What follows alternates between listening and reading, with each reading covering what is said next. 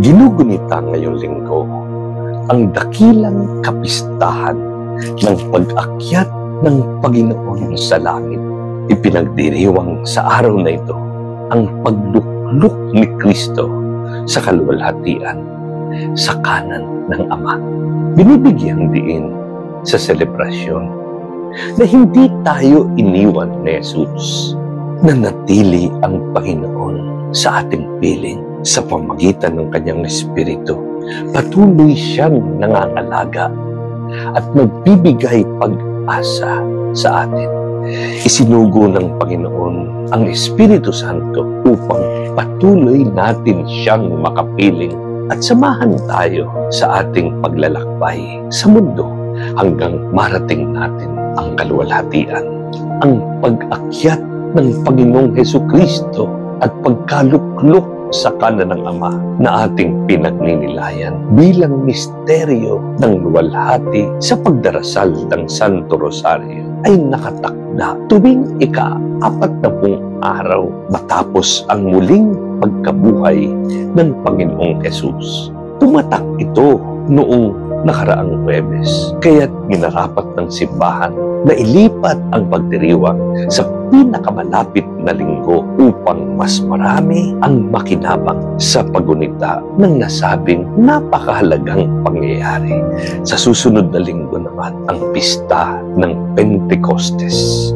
Turo ng simbahan, ang pag-akyat sa langit ng Panginoon ay hindi hiwalay sa muling pagkabuhay na nagpapahayag ng kaluwalhatian ng anak ng Diyos. Paliwanag ng katesismo, dulot ng muling pagkabuhay ang pag-akyat sa langit ng Panginoon, kung saan naluklok siya sa kanan ng Ama upang palagian at patuloy na mamagitan para sa sangkatauhan. Mahalaga ang tagumpay ni Kristo sa kamatayan at kasalanan. Dahil sa pamagitan nito, naisugo niya ang Espiritu Santo.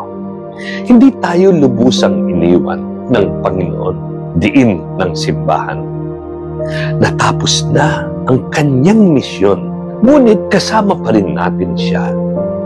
Saad ng katesismo, Jesus returned to the Father from whom He was sent, and now He takes up His continuing role as priest, prophet, and king.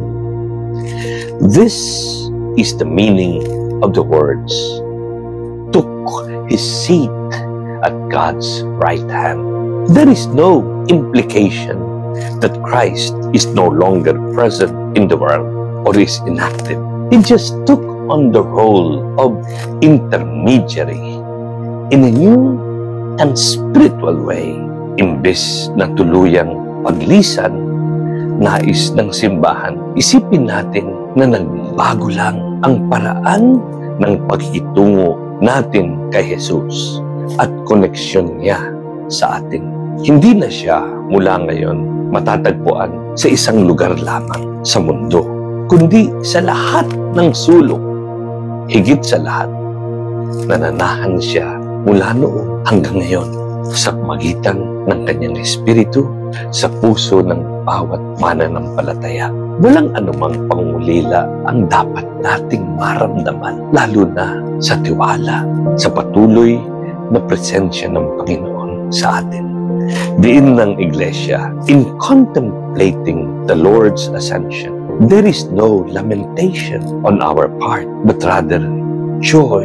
For with this event, we are given a glimpse of heaven and the pledge of the marvelous destiny prepared for us by the risen Christ, enthroned in glory.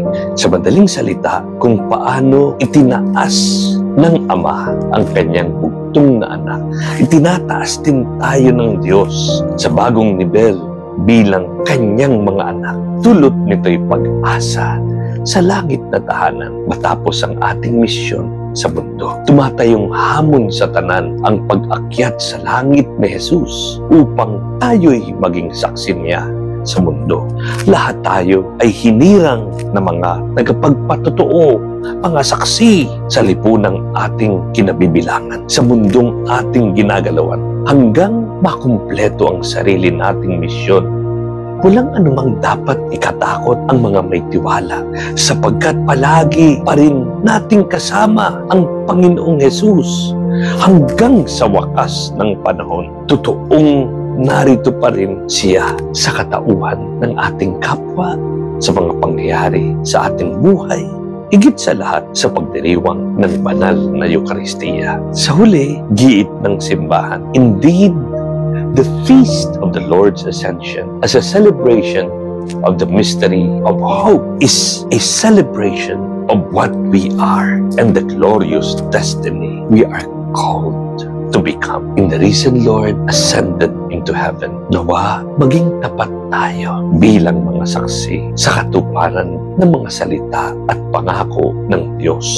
Maaring patuloy tayong humaharap sa samot-saring pagsubok, kapighatian at paghihirap. Gayunpaman, nananatili sa atin ang lakas at liwanag ng Espiritu Santo. God bless you.